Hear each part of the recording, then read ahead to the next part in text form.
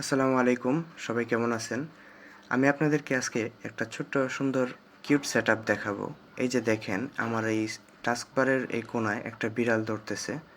এই বিড়ালটা এখানে মূলত আমার কম্পিউটারের সিপিইউ যত স্পিডে চলবে, তো আমার এই বিড়ালটা তত স্পিডে দৌড়াবে। তো এই সেটআপটা আপনারা কীভাবে করবেন? তো প্রথমে আমি আমার এটা আনইনস্টল করে নেই। আমি এখান থেকে আনইনস্টল করে ফেলেছি। এই যে দেখেন, আমার বিড়ালটা এখন নাই। তো প্রথমে আমরা চলে যাব মাইক্রোসফট স্টোরে। এখানে আমরা সার্চ করব রানকেট 365 লিখে সার্চ করব। এই যে প্রথমে আমাদের যে অ্যাপ্লিকেশনটা আসবে, এটাই আমরা এখান থেকে ইনস্টল করব।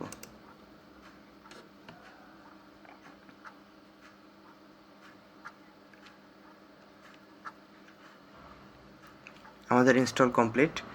তো ইনস্টল করার পর এখান থেকে আমরা এটা ওপেন করব না, আমরা চলে যাব এখান থেকে স্টার্ট মেনুতে। এই যে দেখেন, আমি যে মাত্র ইনস্টল করলাম, এটা এখানে আসছে। এখান থেকে আমরা একটা ক্লিক করব জাস্ট। এখন আমরা ক্লিক করার পর এটা অটোমেটিক এখানে সেট আপ হয়ে যাবে, আমাদের আর কিছুই করতে হবে না। এই যে দেখেন, এই বিড়ালটা এখানে দৌড়তেছে। তো বিড়ালটা এখন আস্তে আস্তে দৌড়তেছে। তো আমি যদি এখানে অ্যাডোবি ইলাস্ট্রেটর এই অ্যাপটা রান করি, এখন দেখবেন যে বিড়ালটা আস্তে আস্তে স্পিড বাড়তেছে দৌড়ের। আমার ল্যাপটপের সিপিইউ যত বেশি ইউজ হবে, আমার এই বিড়ালটা তত স্পিডে দৌড়াবে। এই যে দেখতে পাচ্ছেন, এখন বিড়ালটা কত স্পিডে দৌড়াচ্ছে।